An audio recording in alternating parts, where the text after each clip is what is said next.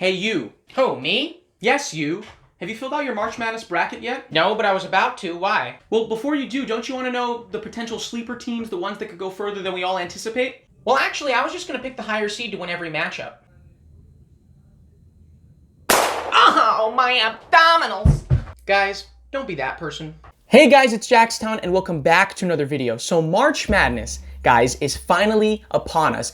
And especially this year, because we didn't have March Madness last year, maybe it's even more anticipated than ever. And what makes March Madness particularly great is trying to fill out your own bracket, trying to predict every game of this crazy tournament, which is almost impossible. I won't say completely impossible. I mean, no one's done it before, but you could be the first one. Who knows?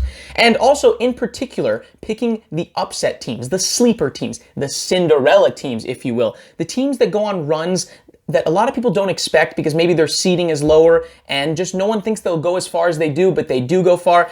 And the tournament's always bound to have a lot of these teams, or at least a few of these teams. These Cinderella teams are what make this tournament especially great, and that gave me the idea to do what I did 2 years ago, and that is to try to predict 5 potential Cinderella teams for this year's tournament. So I'm going to be giving you 5 teams that have the potential to go a lot further than people anticipate. So I'm going to say at least the Sweet 16 and possibly even further, maybe even Final Four potential. And that's based on a variety of reasons that I've come up with, and I will tell you, of course, for each team. And in addition, I'll be giving you a player to watch out for, which is essentially the best player on each team, that if they get hot and if they play really well, they can be the difference maker. They can even maybe put their team on their back and carry them a long way. But guys, before we get into the video, just know beforehand that you should just take my opinion with a grain of salt. I have no clue. This tournament's unpredictable, and that's what makes this tournament great. We have no idea what's actually going to happen. I just thought maybe I could give some reasons as to why these particular 6 seed and below, which, yeah, I think all these are seeded 6th or below,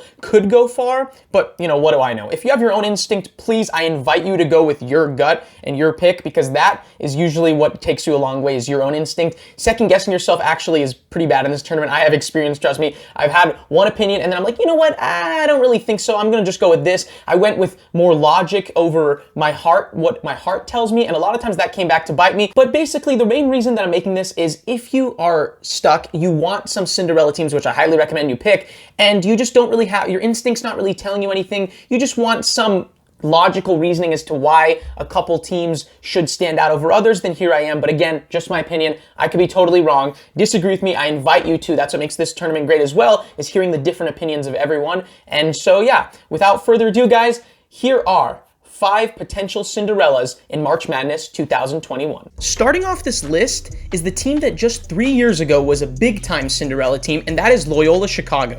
The Ramblers got to the Final Four in 2018 as an 11 seed, and this year there's a case to be made that they could be even better, since they're an 8th seed.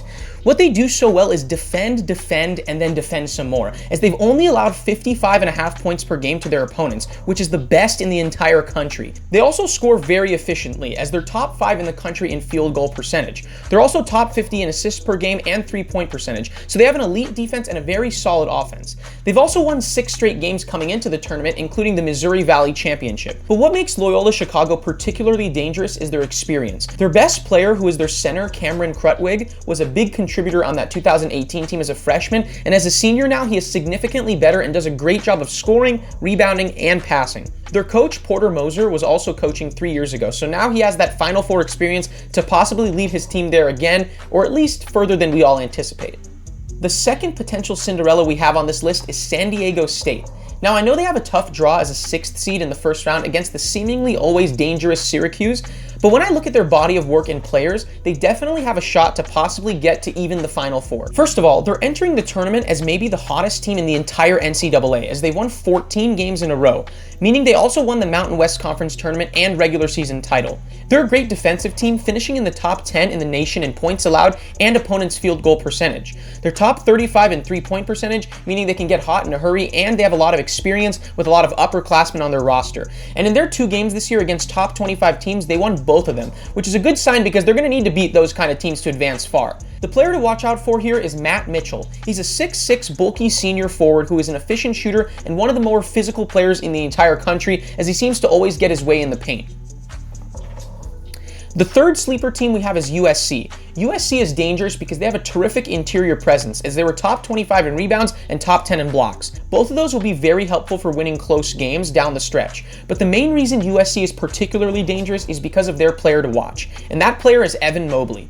Mobley is a projected top 5 pick in this year's NBA draft. He's a 7-foot-tall, versatile big man who is quick, athletic, can defend and rebound, and can even step out for mid-range shots and even three-point shots. He may be a freshman, but he has all the talent in the world to put his team on his back and be a nightmare matchup for others his size because of his quickness and those smaller than him because of his length. Potential Cinderella number 4 is going to be LSU. I think LSU has Cinderella potential because if they advance past St. Bonaventure in the first round, they will probably face number 1 Michigan, who might be more vulnerable than other 1 seeds in years past because one of their stars in Isaiah Livers is hurt, and since LSU is very elite offensively with their top 10 ranking in points per game, they have a shot at catching fire and just straight up outscoring their opponents and making a deep run. With Cinderellas in the past, sometimes all it takes is having a really good offense that is playing really good ball at the moment, which is what LSU is doing. Before losing in the SEC championship game to Alabama, LSU had won 4 in a row, and it was a surprise that they beat Arkansas to even get into the finals. So they're playing really well at the moment. The player to watch out for is the 4th best scorer in the country, and that is Cameron Thomas. He's a 6'4" freshman shooting guard who's just a pure scoring machine, averaging nearly 23 points per game. He can beat you inside and outside with his driving ability and jump shot, so if he gets hot, watch out for the LSU Tigers in this tournament.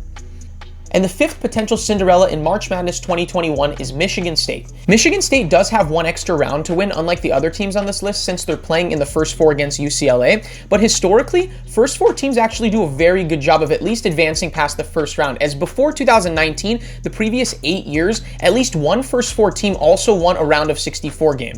And VCU in particular in 2011 got all the way to the Final 4 as a first 4 team. So why not Michigan State? For Michigan State, the stats don't do them justice, as even though they're top 25 in assists and blocks, they don't really rank high in offensive or defensive efficiency, but where they do rank high is difficulty of schedule. They play in the Big 12, which was probably the best conference in all of college basketball. And just in the last month, they've beaten 3 top 5 teams, which is just crazy to me. I'm not even sure any other team this year has even beaten 3 top 5 teams at all, let alone in a span of 1/4 of the season.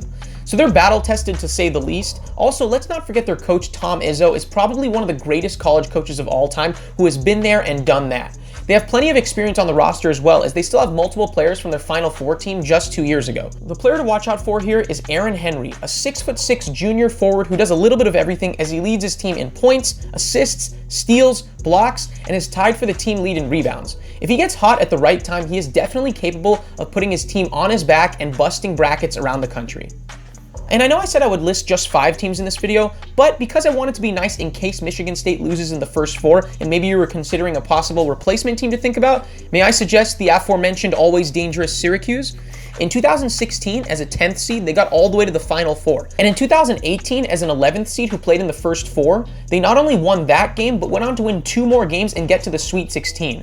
They're a solid offensive and defensive team, ranking in the top 75 in points per game and assists per game. They rank in the top 20 in blocks and are efficient with a top 15 ranking in assists to turnover ratio. And let's not mention their super experienced Hall of Fame coach in Jim Boeheim, who once led this team to a national title in 2002 and many other deep tournament runs as well, like that 2016 Final 4 appearance I just mentioned. The player to watch for here is Coach Jim Boeheim's son, Buddy Boeheim. He's a 6'6" shooting guard who leads the team in scoring and has been a lights-out shooter, especially as of late. If he keeps shooting like he's been doing recently, he definitely gives Syracuse a chance to have an extended stay in the tournament.